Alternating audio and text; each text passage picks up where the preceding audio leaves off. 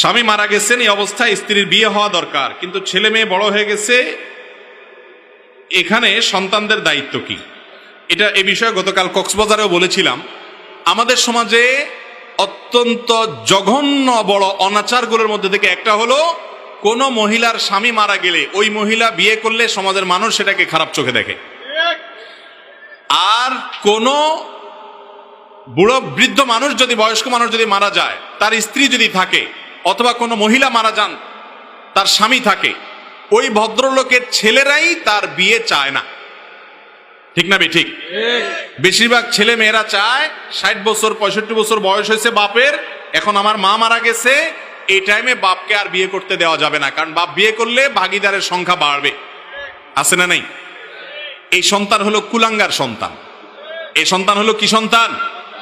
এই সন্তান হলো অমানুষ সন্তান, স্বার্থপর সন্তান, যে সন্তান শুধু নিজের স্বার্থ চিন্তা করে। মুরব্বীরা আগে থেকে বাচ্চাদের নামে, ছেলে মেয়েদের নামে জমি জমা লিখে দিয়া পরে কিন্তু এরকম ঝুলবেন, সব নিজের হাতে রাখবেন। খবরদার ছেলে মেয়েকে আগে থেকে কিচ্ছু লিখে দিবেন না, তাহলে সব সোজা হয়ে থাকবে। কথা কি বুঝাতে পারছি?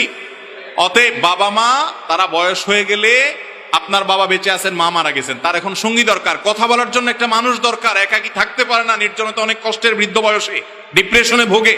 এই জন্য তাদের দিকে তাকাতে হয়। যে কয়দিন আগে যে ভদ্রলোক পিস্তল দিয়ে আত্মহত্যা করে মারা গেলেন, সারা দেশ তোলপাড় হলো, তার স্ত্রী এক দেশে, বাচ্চারা এক দেশে, সে একা একা ডিপ্রেশনের মধ্যে থাকে। অতএব বাবা মায়ের সুখের দিকে তাকানো হলো সন্তানের দায়িত্ব, কিন্তু সন্তান মনে করে ইজ্জত যাবে বাপে বয়সে বিয়ে করলে। এটা হলো আমাদের সমাজের অনাচার।